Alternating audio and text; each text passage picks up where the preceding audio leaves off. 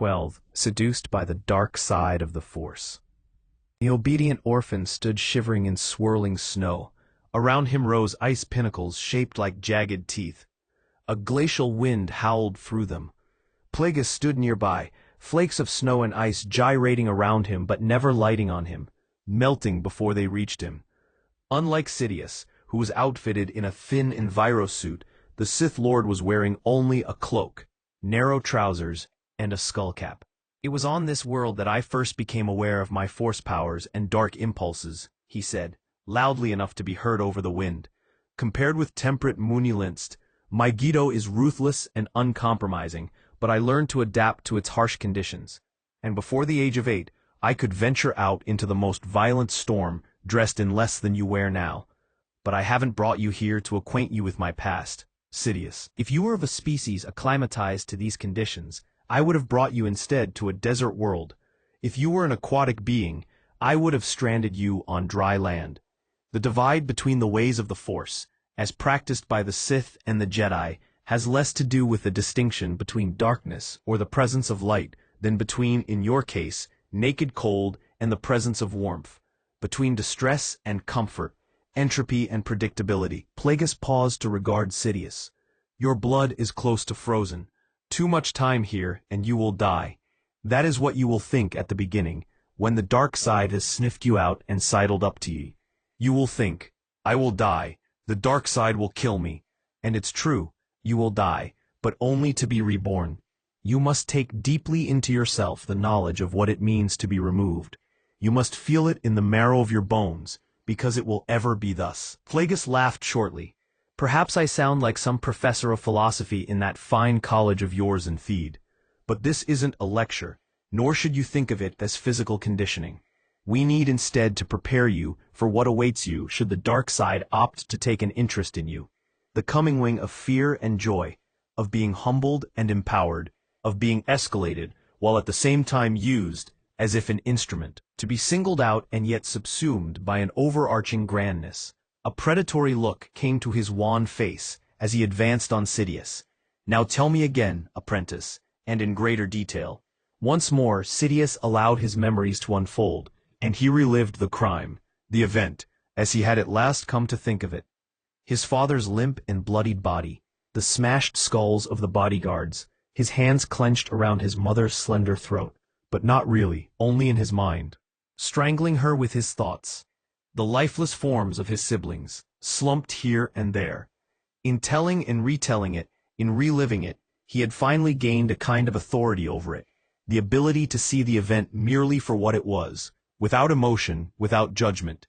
It was as if the event had occurred years, rather than months earlier, and as if someone else had authored the crime.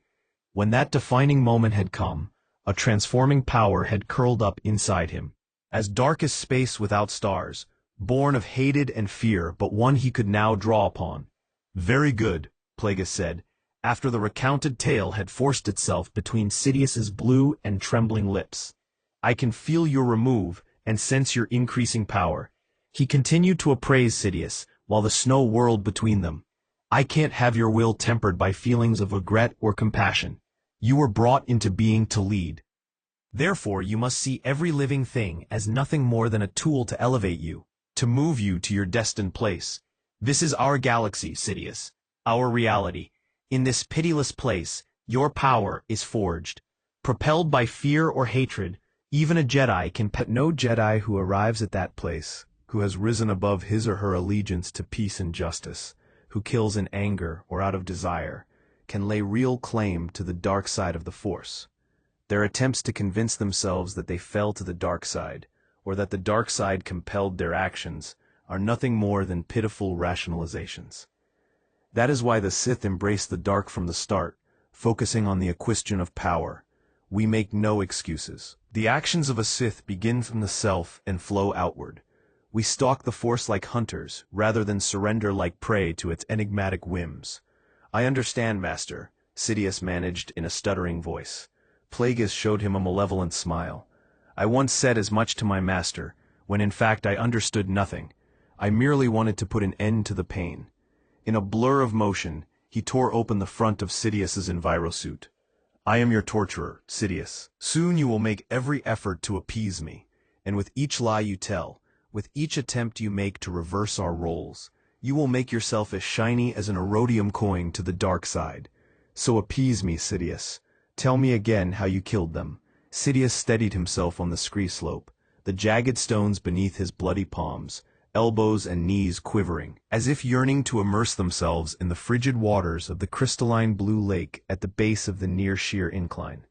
A few meters above sat Plagueis, cross-legged atop a flat-topped outcropping, his back turned to Sidious, and his gaze seemingly fixed on the blinding snowfields that blanketed the mountain's summit. If you don't already want to murder me, you will before I'm through with you, he was saying. The urge to kill one's superior is intrinsic to the nature of our enterprise. My unassailable strength gives rise to your envy. My wisdom fuels your desire. My achievements incite your craving. Thus has it been for 1,000 years, and so it must endure until I've guided you to parity. Then, Sidious, we must do our best to sabotage the dynamic Darth Bane set in motion, because we will need each other if we're to realize our ultimate goals. In the end, there can be no secrets between us, no jealousy or mistrust. From us the future of the Sith will fountain, and the diverse beings of the galaxy will be better for it. Until then, however, you must strive, you must demonstrate your worthiness, not merely to me, but to the dark side. You must take the hatred you feel for me and transform it into power, the power to overcome, to forbid anything from standing in your path, to surmount whatever obstacle the dark side designs to test you. Scarcely listening, Sidious moved with utmost care, his hands and knees seeking firm purchase on the stones. For weeks, Darth Plagueis had deprived him of sleep, food, and water. Now, if only he could reach the Muin, his thirst would be slaked, his hunger sated, his contusions healed. Countless times the broad expanse of rock debris had slipped, and he'd had to ride the slide almost to the shore of the lake, tumbling, surfing on his front and back, abrading his ruddy skin, bruising nearly every part of himself, only to have to pick his way back to the top. Seething in silence, he managed to scale a meter more of the slope, calling on the Force to ensure his balance, to render him weightless. Fool, Plagueis derided him. Success doesn't come from summoning help from the Force, but from taking control of it and generating the power from within yourself. He sighed theatrically. Still, I'm somewhat encouraged by the progress you've made, mere centimeters from me now, almost within arm's reach. Soon I'll be able to feel your breath on my neck and perceive the heat of your rage, your desire to kill me, as if by doing so you could lay claim to the authority I embody. He paused but didn't move, much less glance over his shoulder. You want to strangle me, like you did your poor, misunderstood mother, tear me limb from limb as you did the bodyguards. Fair enough. But to do so you will have to make a greater effort, apprentice. Like a feline, Sidious leapt from the scree, his curled fingers aimed for Plagueis. But instead of vising themselves around the moon's slender neck, his hands went through thin air and met each other, leaving him to collapse face first atop the outcropping.